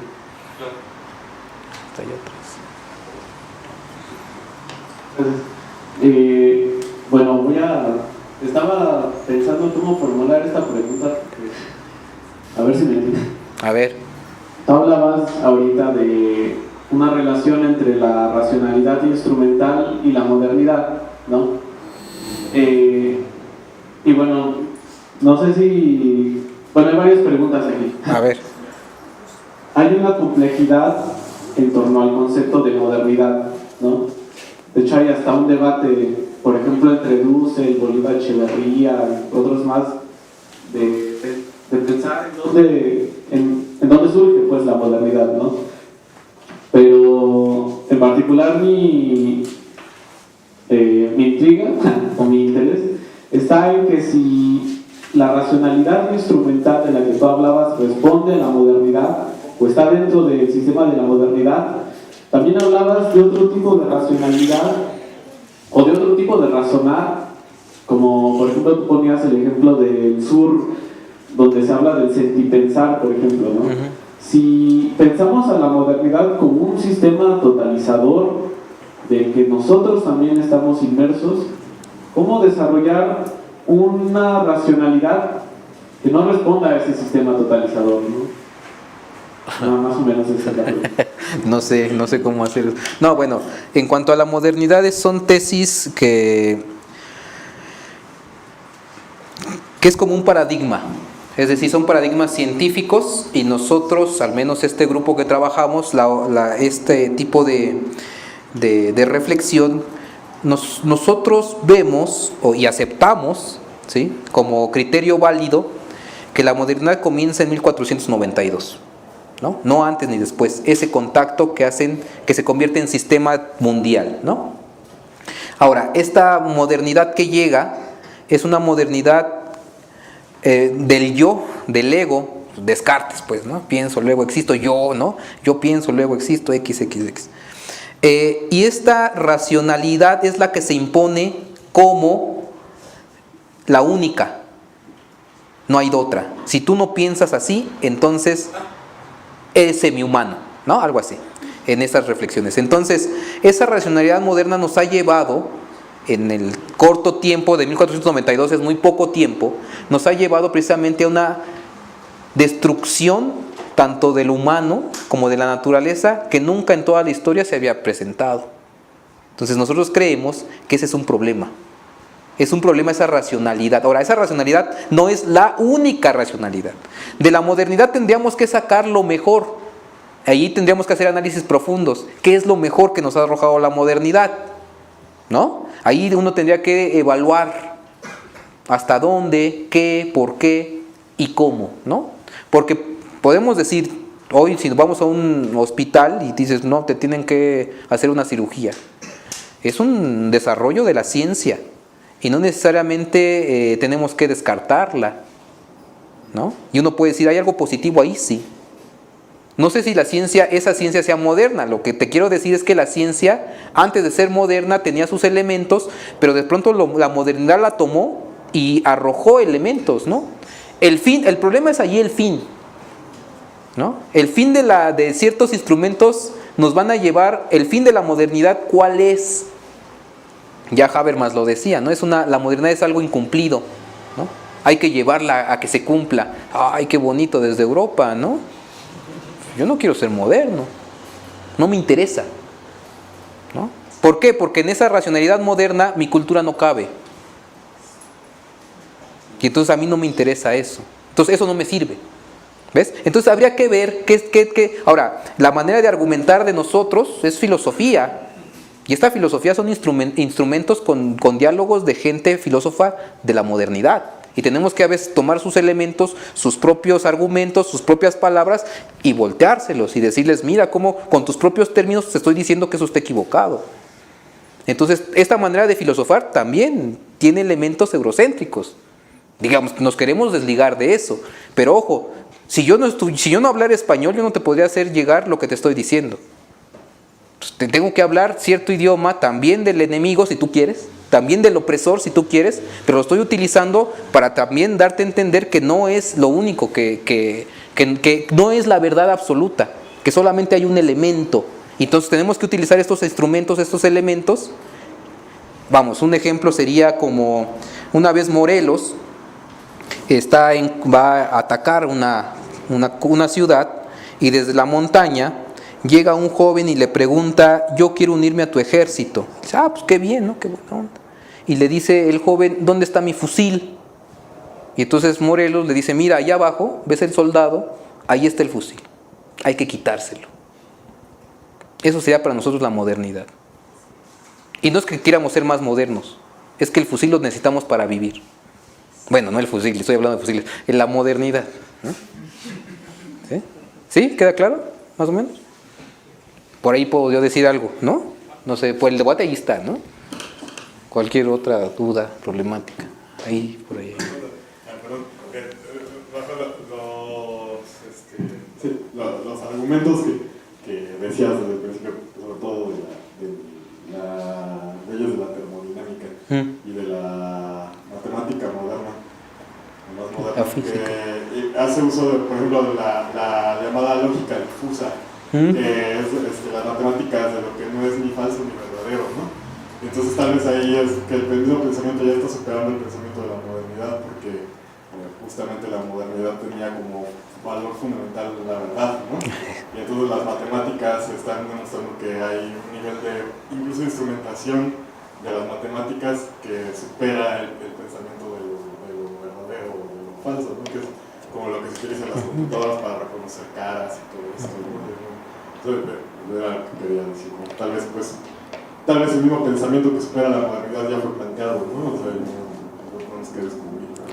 Sí, lo que nosotros estamos viendo es que hay múltiples experiencias ya que además no están esperando a que les demos permiso, ¿no? O sea, hay múltiples experiencias que siempre han resistido a la modernidad desde el momento del contacto en 1492. La modernidad se lleva lo que puede explotar, pero hay muchas cosas que despreció. Y en esas partes que despreció fueron las que pervivieron o sobrevivieron hasta nuestros días. Y es ahí donde uno, digamos, toca el piso firme y lanza el proyecto transmoderno. Entonces, a veces tenemos que echar mano, no a veces, es fundamental echar mano de aquello que la modernidad no quiso explotar o lo despreció.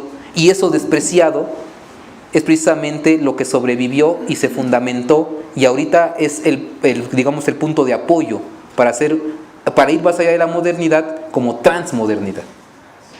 ¿Sí?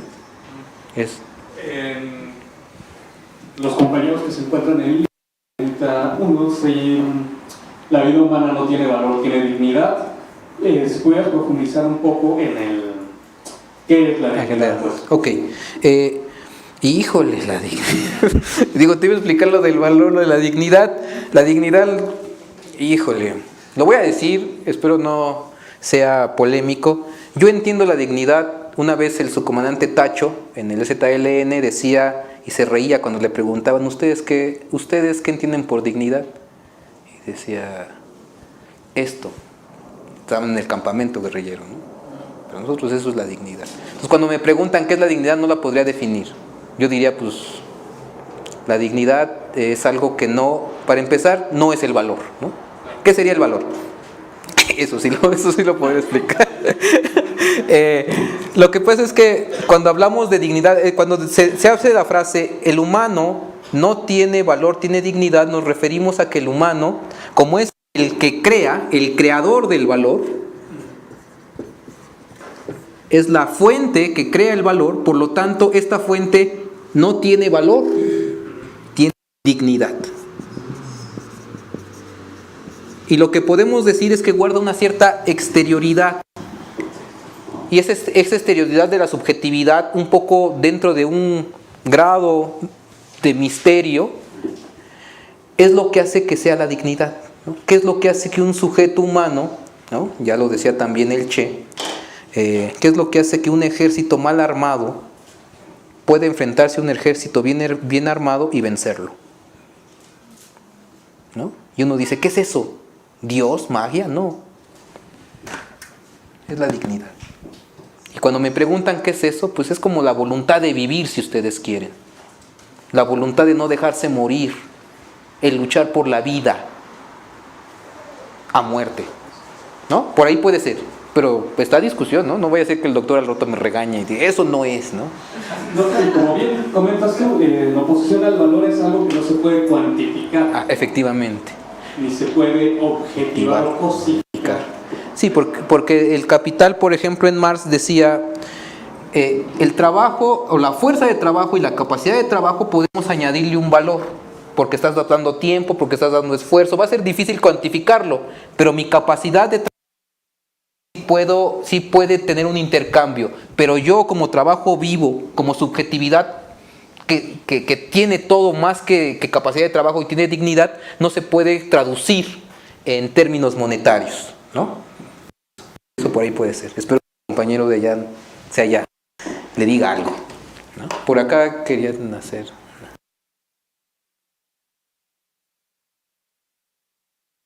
Bueno, tomando en consideración lo que mencionaba el comandante del ejército al hablar de que su campamento era unidad, sí, sin ser un poquito medio visco, ¿verdad? Yo podría decir que aquí en Morena es eso. Claro, sí, por supuesto. Es eso, ¿verdad? Es un campamento que de alguna forma tiene la reunión de mucha gente que es rebelde y que no está de acuerdo con seguir los caminos de los partidos, ¿no? Y por eso creo esta cuestión. Pero este partido, este movimiento, ciudadanos libres, soberanos, con dignidad. Eso es lo que creo, ¿eh? Claro, ahí está la cuestión de la dignidad. Ahí habría que entrar todo un debate si se puede incluso definir exactamente qué es eso, ¿no? La voluntad de vivir no se puede definir del todo, ¿no? ¿Qué es lo que te hace a cada uno verdaderamente vivir, luchar por la vida, por cambiar? ¿Qué es lo que hace? Eso lo podemos ver bien claro. Ustedes véanlo en la cuestión del terremoto que hubo. Te pasa todo por la cabeza, ¿no? Pero lo importante es que hay una voluntad de vivir. Si uno se dejara morir, no se mueve, ¿no? Pero lo que hace la voluntad de vivir es movernos, organizarnos, juntarnos, generar organización. ¿Qué es ese motor, no? El Che diría, palabras más, palabras menos, un revolucionario está movido por grandes sentimientos de amor a la humanidad, ¿no? Eso es la dignidad. Por ahí puede ser, ¿no? ¿Qué más? Preguntas. Bueno, y sin embargo, y un poco esta lógica de argumentos, ¿cómo hacer que el ser humano como tal, porque yo hablamos que todos estamos permeados de una lógica, ¿no? No podemos estar fuera del mundo, ¿no? Fuera de una comunidad. Entonces, ¿cómo hacer que esta lógica de la modernidad, porque la crítica que haces al final de potencia de que el mundo está como en crisis, ¿no? En esa parte de decadencia, ¿cómo hacer que el ser humano por sí porque si hablamos de este sentimiento de amor, pero surge solamente en las tragedias, ¿no? O sea, cuando la comunidad se siente estable, no bien, ¿no? Estable, o sea, pues no pasa nada, lo podemos ver en el micro, ¿no? O sea, no sé, un ratero y todos vamos como que sentados, y si alguien brinca y dice, bueno, no hagas esto, los demás nos agachamos y no ayudamos, ahí no hacemos comunidad, y también está esta parte de querer vivir. Entonces, ¿cómo cambiamos esta lógica? Porque también diría Slavoj Žižek, parece que la modernidad es una ficción, ¿no? Donde nada es real. Entonces, hace una analogía muy buena con esta película de Matrix, dice, si tuviéramos las dos pastillas, nos tomamos la azul y veríamos que en realidad el mundo es una decadencia entera. Entonces, ¿cómo cambiamos este chip? Tomarse la pastilla azul, ¿no? No, es que la pastilla, en esa misma analogía, la pastilla azul sería como experimentar otro tipo de epistemología. Poner en cuestión lo que nos han dicho que es verdad y es verdad absoluta. Creernos eso y se vuelve dogma. Y entonces al hacerse dogma uno va creyendo lo que decíamos hace rato del estado de naturaleza, del egoísmo por naturaleza, ¿no? Creer que es natural ser egoísta y además llevarlo a la práctica como tal es lo que nos está llevando a esto. Pero es una creencia tan metida en el tuétano, ya ni siquiera en el hueso, en lo de adentro del hueso, es lo que hace que no podamos desprendernos del todo. Ahora, evidentemente por eso la filosofía de la liberación y la ética de la liberación da un paso adelante por las víctimas, porque las víctimas en la desesperación de transformar el mundo se dan cuenta que es necesario hacer algo más que el opresor, porque el opresor está bien, él no tiene que cambiar nada. Los que debemos de cambiar somos nosotros. El problema es que muchas veces las víctimas no se dan cuenta que lo son. ¿Por qué? Porque es tan fuerte, digamos, la opresión sistemática, ideológica. Esta opresión es tan fuerte que ni siquiera uno se da cuenta de que es víctima. Ejemplos de estos los doy porque lo he visto, ¿no? Y lo pongo como ejemplo. Cuando una mujer es maltratada, ¿no?, por su compañero o lo que sea, por su padre, muchas veces el argumento es: no es cierto, ¿no? Me pega porque me quiere, ¿no? Así de feo. Y no es hasta que de pronto comenta su propia problemática con otro grupo de compañeras en comunidad, cuando las amigas le dicen: no es cierto, eso está mal. Y ella todavía se aferra a que eso no es cierto, es decir, no soy víctima. Pero cuando va tomando conciencia en el grupo, dialogando, es cuando entonces empieza a decir: quizás sí soy víctima. Pero cuando se reconoce como víctima, entonces lo importante es dejar de serlo. Y eso implica la liberación o la lucha. Entonces, cuando hablamos de que en esta sociedad hay gente indiferente, o habemos gente indiferente, nos estamos enfrentando a muchas víctimas que no se han dado cuenta que lo son. Y hacer conciencia de que lo son implica darse cuenta que cuando se dan cuenta, implica que hay que transformar y mover verdaderamente, luchar por la liberación. Pero eso también implica una responsabilidad política de todo tipo. Y ahí no cualquiera, porque yo puedo quedarme como víctima toda la vida. Si yo sí que soy víctima, porque ¿qué haces? No, espérate, es que soy víctima, ¿no? Yo siempre me voy a poner como víctima. O sea, el ponerse como víctima implica dar un paso adelante y dejar de ser víctima. Es la negación de la negación. Es el movimiento analéctico, decimos nosotros, pero puede ser dialéctico. Movimiento dialéctico de la lucha, de liberación, de liberarse. Y eso no le conviene a otros tantos que están en las cúpulas, que además nos venden todo el sistema y que nosotros lo compramos. Porque además es bien cómodo, ¿no? O sea, yo estoy en mi comodidad, en mi confort, y es tan cómodo que yo no tengo necesidad de hacer cualquier responsabilidad política. El problema es cuando uno toma conciencia y te das cuenta que hay tantas cosas por hacer, pero tantas, y somos tan poquitos. Bueno, cuando digo poquitos es porque somos aquí, ya son han dado cursos con 5 sujetos, ¿no? Entonces imagínense, ¿no? Pero yo sigo insistiendo, por lo menos ese compromiso político que uno tiene hace que no nos quedemos lo que serían hoy el nihilismo posmoderno. No hago nada. El mundo se va a acabar. Ay, sí, ¿y a mí qué? Que se acabe. Nunca me va a tocar, ¿no? Siempre es el punto es de, ¿le van a tocar a tus hijos? Ah, sí, pero a mí no, ¿no? Pero eso es mentira, porque el temblor en cualquier momento te toca, sea los años que tú seas, que tengas, o sea, es mentira, pero no lo creemos. Es más fácil no cerrar los ojos, ¿no? Es más fácil. Yo cuando era niño cerraba los ojitos y decía: ya desaparecí del mundo, ¿no? Lo creía verdaderamente, pues. Después me di cuenta que no es cierto, que el mundo siempre ha estado ahí, siempre va a seguir ahí. Pero ese infantilismo es el que mucha sociedad estamos viviendo, ¿eh? Prefiero hacer como que no pasa nada y cerrar los ojos a las problemáticas del mundo entero, a la crisis mundial que estamos viviendo, a la crisis ecológica que se acerca, a la crisis política en la que estamos viviendo en México, y preferimos no ver, hacer como que no vemos. Es una irresponsabilidad, ¿no? Eso es lo que yo puedo decir, ¿no? En ese sentido. No sé quién más. ¿Alguien más quiere decir participar? Pues agradecemos mucho a que nos haya acompañado el día de hoy. Gracias. Hemos tenido un fuerte aplauso. Muy bien, Carlos. Cómo progresa el doctor, y probablemente contaremos con tu presencia nuevamente en este Bueno, foro. si me invitan, sí. Mucho, por supuesto. Gracias. Gracias, Carlos. Bueno, vámonos que es tarde, ¿no?